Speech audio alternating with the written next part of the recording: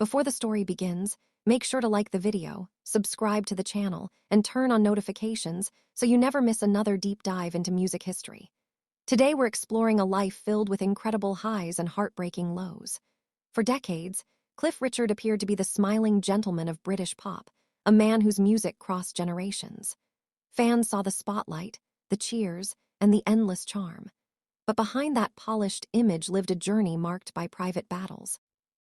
His story is one of ambition, pain, survival, and unshakable faith. Let's go back to where everything truly began. Cliff Richard's origin is far from the London stages that later celebrated him. Born Harry Roger Webb in the city of Lucknow during the final years of British India, his earliest memories were filled with warmth and wide-open landscapes. Those childhood days were gentle and full of color. But as India moved toward independence, the peaceful world he knew disappeared. His family packed their belongings, boarded a crowded ship, and made the long journey back to Britain. It was a voyage into a future none of them could predict. The family arrived not in wealth, but in a country exhausted by war, where food was rationed and jobs were few. They settled in a modest home in Hertfordshire, where Harry quickly felt the harsh contrast between his past and present. Gone were the comforts of his early childhood. Life in post-war Britain demanded strength. These challenges planted a need deep within him, a desire to rise, to prove himself, to build something greater than the circumstances he had been given. That desire would soon lead him to the one thing he couldn't ignore: music. Rock and roll came into his life like a spark hitting dry wood.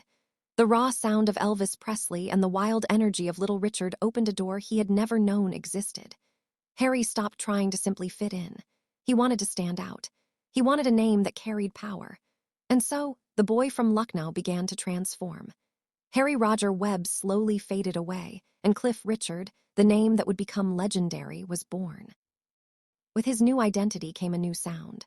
Together with his backing band, first known as the Drifters and later as the Shadows, Cliff recorded Move It, a song unlike anything Britain had heard. It was sharp, rebellious, and alive with attitude. Within weeks, the nation reacted with a shockwave of excitement. Teenagers screamed, fainted, and filled concert halls. Britain finally had its own rock and roll star. Cliff wasn't just a singer, he became the face of a musical revolution. But just as his fame exploded, Cliff made a decision that stunned everyone around him. At the height of his success, he stood before thousands at a Billy Graham event and declared his commitment to Christianity.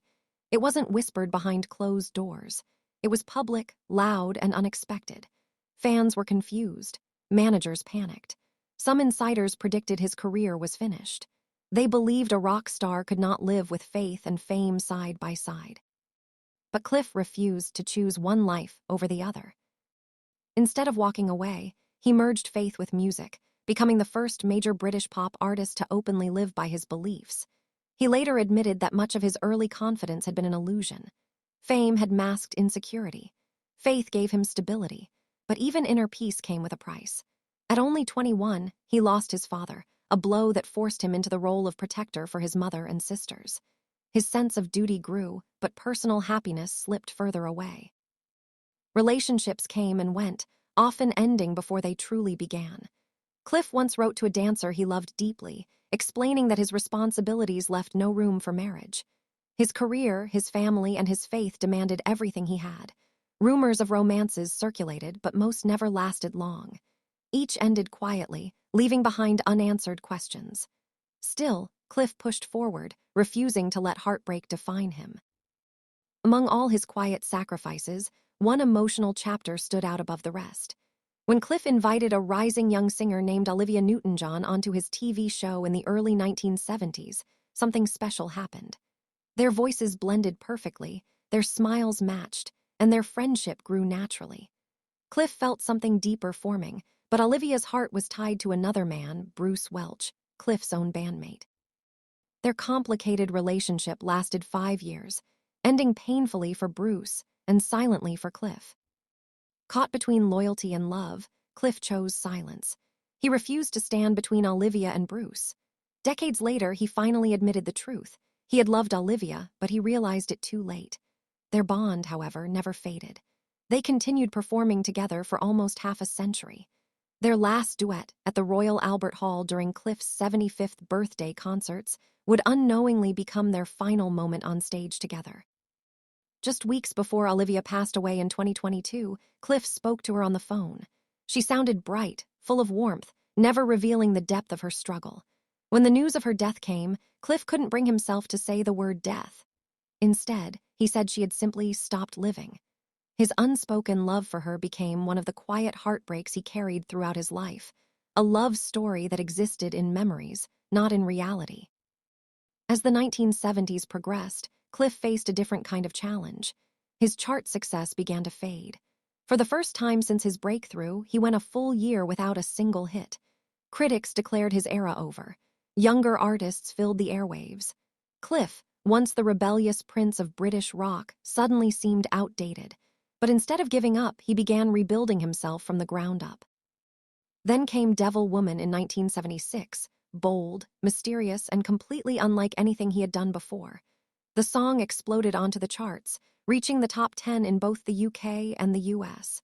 Even legendary musicians like Elton John and Eric Clapton praised the album. Cliff had done the impossible. He reinvented himself, not as a teen idol, but as a serious artist. It was a rebirth stronger than anyone expected. Throughout the 1980s, Cliff mastered the art of adapting to changing musical landscapes. Albums like Always Guaranteed proved he could remain modern without losing his identity. Then, in 1988, Mistletoe and Wine became a holiday phenomenon, topping the charts and staying there for weeks. By the end of the decade, Cliff was not only back, he was dominating once again. He celebrated his 100th single in 1989 by asking fans to choose the track he would release next, an idea unheard of at the time. Their choice became a hit. That same year, he filled Wembley Stadium for a massive event celebrating his journey from the 1950s to the modern era. The concert was filmed worldwide, marking one of the great moments of his career. Cliff Richard became the only British artist with #1 singles across 5 consecutive decades.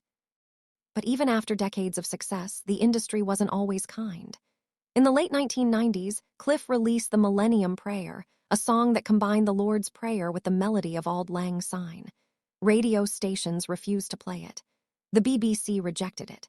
Some DJs mocked it, but fans refused to let the song die. They bought copies, shared it everywhere, and pushed it to #1, where it stayed for 3 weeks. It became a symbol of defiance, proof that the public, not the industry, held true power. By then, Cliff had sold more than 250 million records, earned a knighthood, and become one of Britain's most respected cultural icons. But nothing could prepare him for the darkest chapter of his life. In 2014, he watched in horror as live TV helicopters filmed police raiding his home. The BBC had been tipped off about the operation, turning his private nightmare into public spectacle. The accusation against him soon began to crumble, but the damage was already done. The investigation dragged on for nearly 2 years, despite the lack of evidence.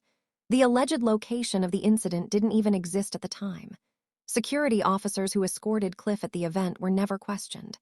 Meanwhile, Cliff's health deteriorated. He lost weight, battled shingles, and struggled to sleep. His home no longer felt safe. His legacy, 6 decades of work, had been overshadowed by a televised raid.